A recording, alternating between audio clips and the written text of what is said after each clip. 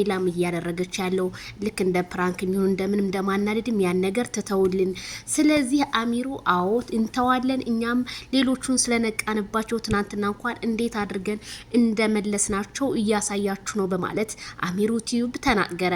ሌሎቹም እንግዲህ የፍቅር ጀማአ በሙሉ አሁንም ቢሆን ፍቅራቸው እንዲጣጣም ከፈለጉ ሄርሜላም አብርሽም ከጥላቶቻቸው ጋር መራቅ ነው ሲሉ ቢገልጹም አሚሩ አዎ እኛ ነቃቅተን ሁሉንም ድባቅ እየመታናቸው ነው በማለት ለእህቶቻችን ተስፋቸውን ሰንቀው እየሰጡ ይገኛሉ።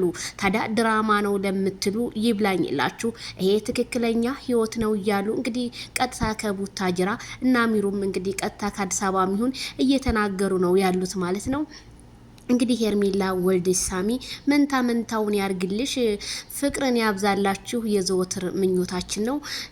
እንግዲህ ብዙ ሰው ጥያቄ ይጠይቃል ስለ ሽማግሌውን ጉዳይ፣ ግን እነሱ ያውቃሉ ብለን እኔም ከዚሁ አምናለሁ ማለት ነው። ላይክ ሸር ከእናንተ ይጠበቃል። የተመቻችሁ ማለት ነው።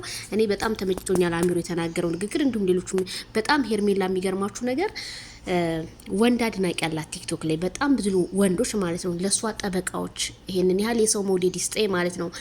ሩታንም እንወዳታለን፣ ግን ሩታ የምታደርገው ነገር ተገቢ አይደለም ብሏል አሚሩ። ትክክል ብለሃል፣ ግን የበለጠ አሁን ላይ እየወደድን ያለ ነው ሄርሜላና ሄርሜላ ማለት እጅ በደረቴ ናት። አረ የሰው ፍቅር ይስጣችሁ ቤተሰብ፣ እስኪ አሚን በሉ፣ አሚን በሉ፣ አሚን በሉ።